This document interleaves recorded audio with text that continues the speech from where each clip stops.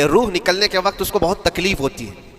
سب کے لیے نہیں, کچھ ایسے لوگ ہیں جن کی روح نکلنے کے وقت درد زیادہ ہوتا ہے, تکلیف زیادہ ہوتی ہے مرنے کے وقت. پوچھا گیا کیوں؟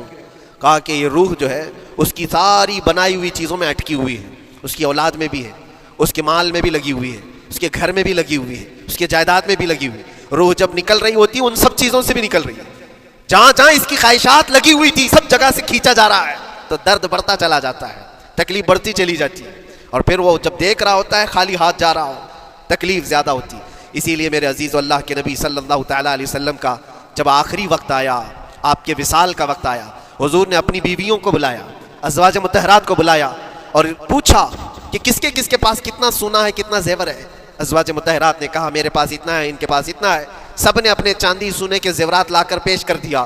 حضور پاک صلی اللہ علیہ وسلم نے فرمایا اے میری بیویوں, اے میری ازواج, اگر تم چاہو تو یہ سب اللہ کی راہ میں خیرات کر دو, اللہ کی راہ میں اس کو وقف کر دو, خیرات کر دو. بیویوں نے پوچھا یا رسول اللہ صلی اللہ علیہ وسلم کیا آج سے سونا چاندی پہننا حرام ہو گیا ہے, کیا ہمارے لیے ناجائز ہو گیا ہے؟ نبی پاک صلی اللہ علیہ وسلم نے فرمایا نہیں, زینت تو تمہارے ہی لیے ہے, سونا اور چاندی تمہارے لیے ہے, حرام نہیں ہے, ناجائز نہیں ہے.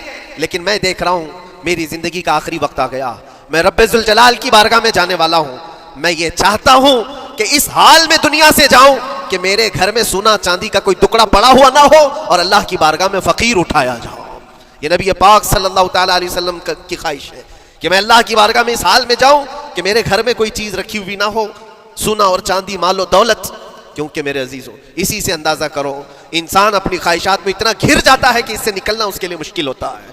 اور روح نکلنے کے وقت یہی تو تکلیف ہوتی ہے کہ کہاں کہاں کیا کیا بنایا تھا, کتنا جمع کیا تھا, حساب کرتے کرتے اس کی روح نکل جاتی ہے. ہم نے دیکھا ہے, میں اپنا ایک تجربہ بتاتا ہوں.